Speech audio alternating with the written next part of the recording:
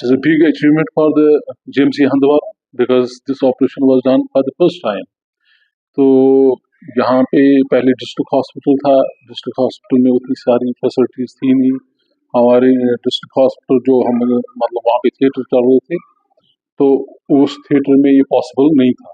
अब जो हमारा नया हॉस्पिटल है, ये हमारे प्रिंसिपल साहब जो है खुर्शीद साहब, उनकी मतलब कोशिशों की वजह से, उनके एफर्ट्स एंड डेडिकेशन की वजह से we are able to just start this new theatre in the new hospital building.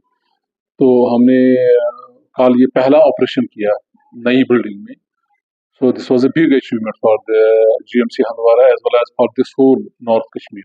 ये जो सर्जरी थी ये बहुत कॉम्प्लिकेटेड थी, क्योंकि ये बच्ची जो थी 18 साल की थी, इसको हिप डिसलोकेशन हुआ था जो कि अनरिड्यूस्ड था फॉर लास्ट 11 मंथ्स। ये she had been going from one hospital to another. She had gone to Srinagar also. तो but somehow this patient was not taken care of properly है। तो और भी कुछ उसके साथ complications हुई इसके साथ। तो the shot की जो hip इसका reduce होना था, it was not reduced at the appropriate time. Initially जो negligence होगी उसमें वो हिप उस वक्त रिड्यूस नहीं हुआ, उसकी वजह से फिर देन इट बिकम कॉम्प्लिकेटेड।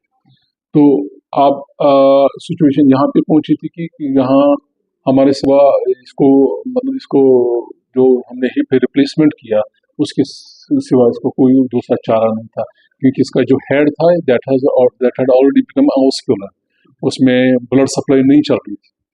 तो उस लिहाज से ये थोड़ा कॉम्प्लिकेटेड सर्जरी थी।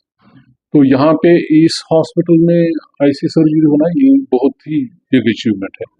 प्राइवेट में अगर ये ऑपरेशन किया जाए तो it will cost not less than 3 lakhs। जी, नॉट लेस देन 3 lakhs।